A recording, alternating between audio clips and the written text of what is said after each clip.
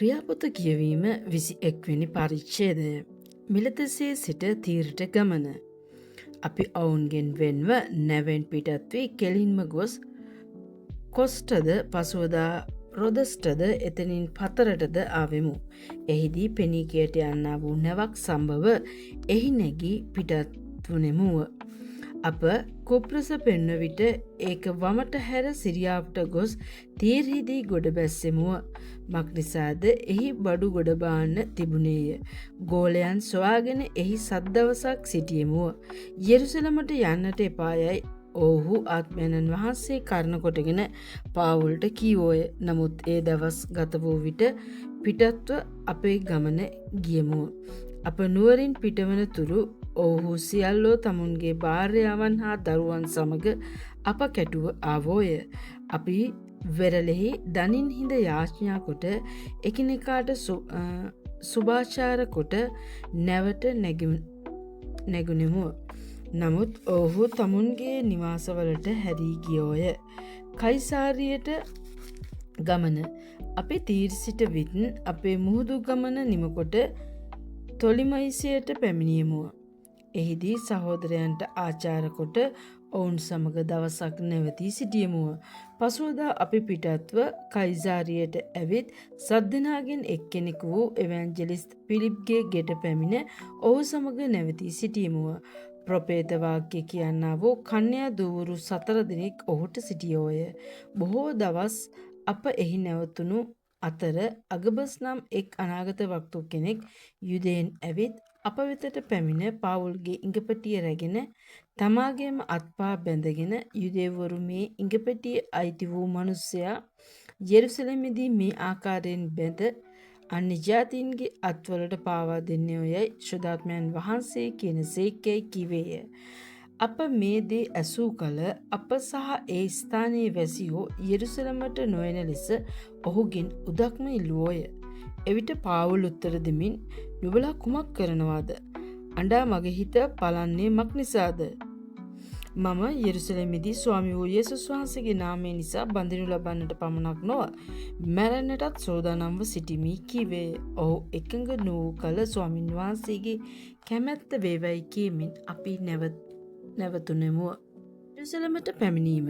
ඒ දවස්වලට පසු අපි බඩු බාහිරදී රැගෙන යෙරුසලමට ගියමුව. ගෝලයන්ගෙන් සමහරෙක්ද කයිසාරියෙන් අප සමග ඇවිත් බොහෝ කලක පටන් ගෝලයෙක්ව සිටියා වූ මිනාසෝන් නම් වූ කෝප්‍රසේ කෙනෙකු වෙත නවාතැන් ගන්නට අප කැඳවාගෙන ගියෝය.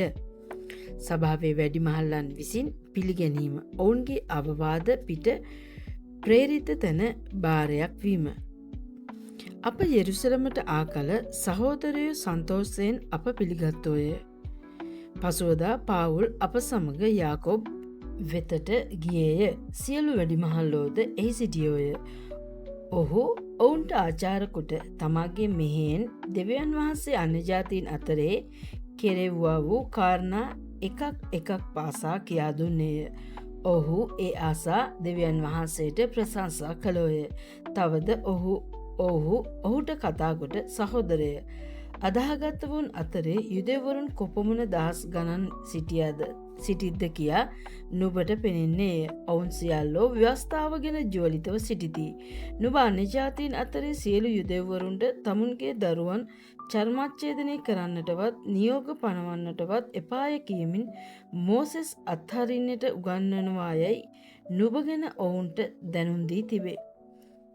එහෙයින් කුමක් කටයුතුද නුබ ඇවිත් සිටින බව නිසකවම ඔවුන් දැනගන්නවා ඇත. එබැවින් අප විසින් නුබට කියන දේ කරපන්න. භාරයක් වුණා වූ මනුස්සයෝ 4 දෙනෙක් අප අතරේ සිටිති. ඔවුන් රැගෙන නුබද ඔවුන් සමග පවිත්‍රව ඔවුන්ගේ හිස් මුඩු කරන්නට වියදම දරාපන්න.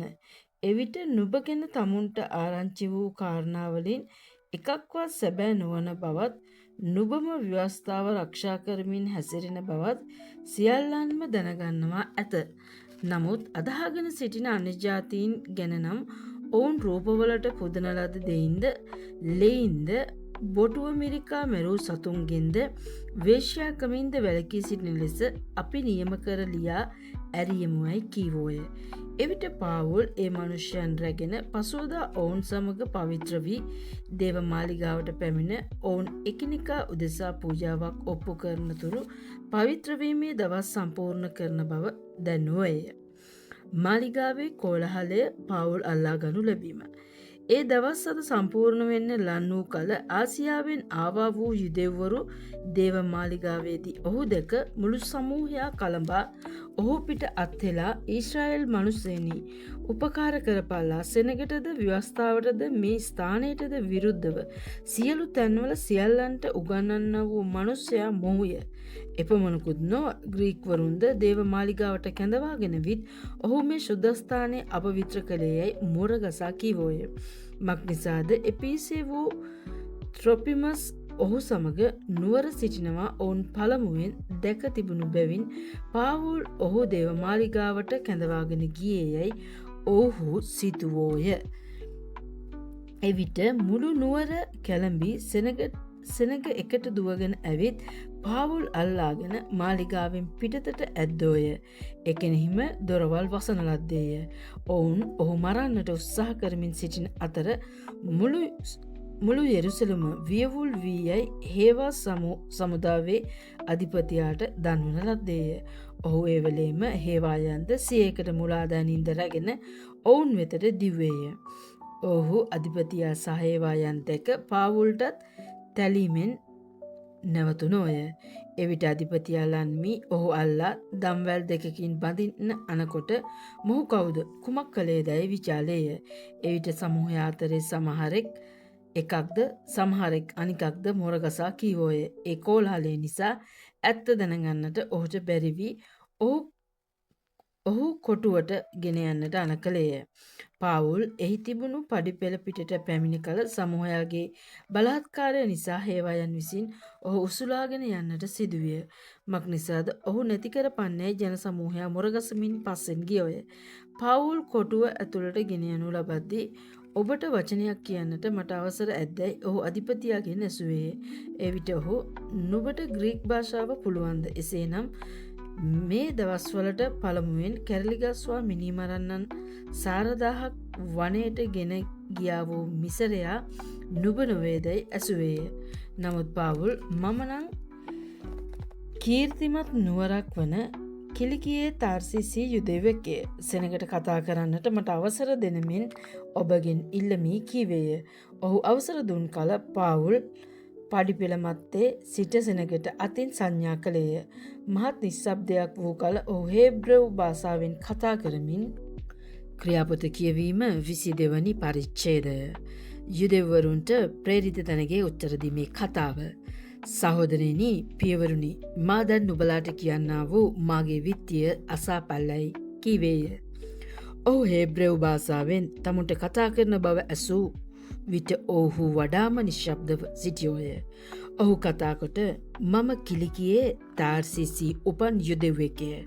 නමුත් මේ නුවර වැඩි පියවරුන්ගේ ව්‍යවස්ථාවේ නියම පිළිවෙලේ හැටියට ගමාලියල්ගේ පාදමූලෙහි උගන්වනු ලැබ අද නුබලා සියල්ලන් සිටින්නාක් මෙන් මමත් දෙවියන් වහන්සේ ගැන ජුවලිතව සිටියමි.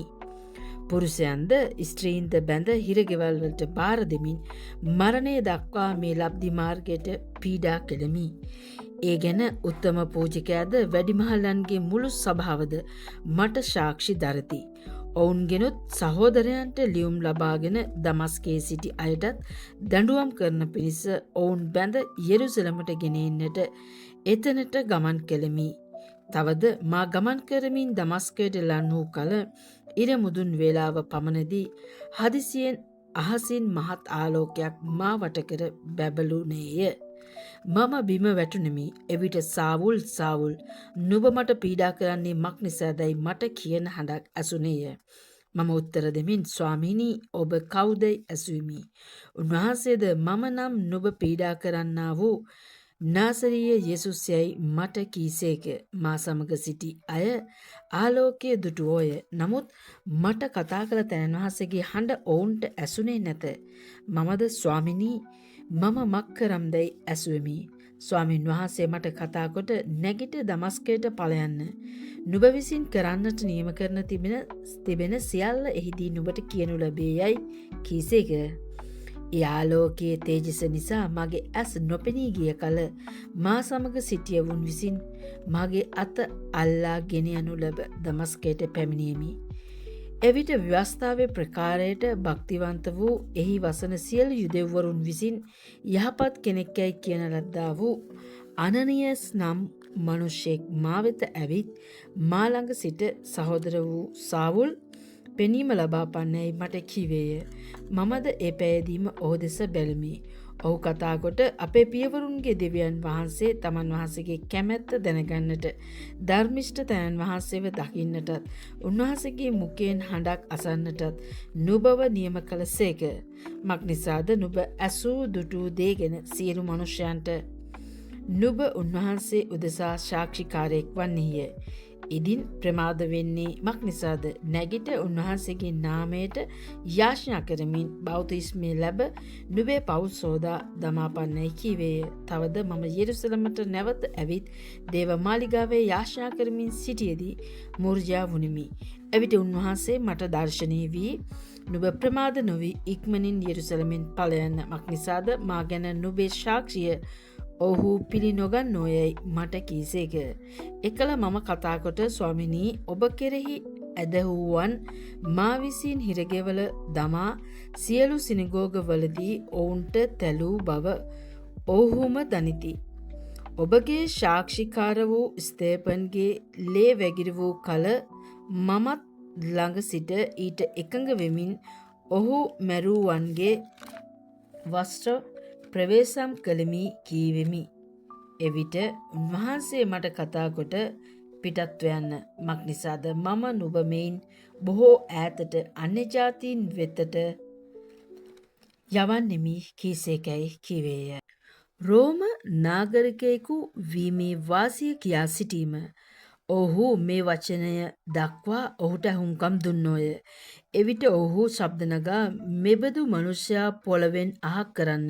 මක් නිසාද මොහු ජීවත් වෙන්නට යුතු නැතැයි කිවෝය. ඔවුන් මොරගසමින් තමුන්ගේ උතුරුසලු ගලවා විසිකරමින් දූලි ඉහළට දමමින් සිටි බැවින් අධිපතියා ඔහු කොටුවට ගෙන යන්නට අනකොට මොන කාරණයක් නිසා ඔහුට විරුද්ධව එසේ මොරගැසුවේදැයි දැනගන්නා පිණිස ඔහුට කසෙන් තලා විභාග කරන්නට නියම කළේය.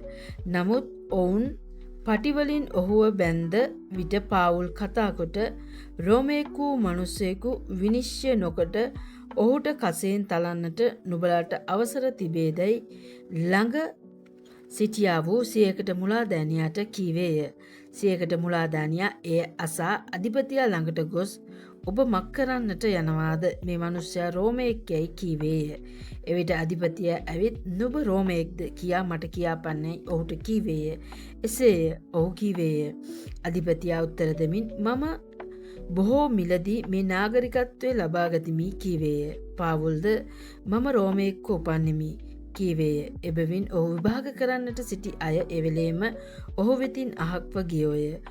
ඔහු රෝමයෙක් බව දැනගත් කල ඔහු බැන්ද බැවින් අධිපතියාද බය වූවේය.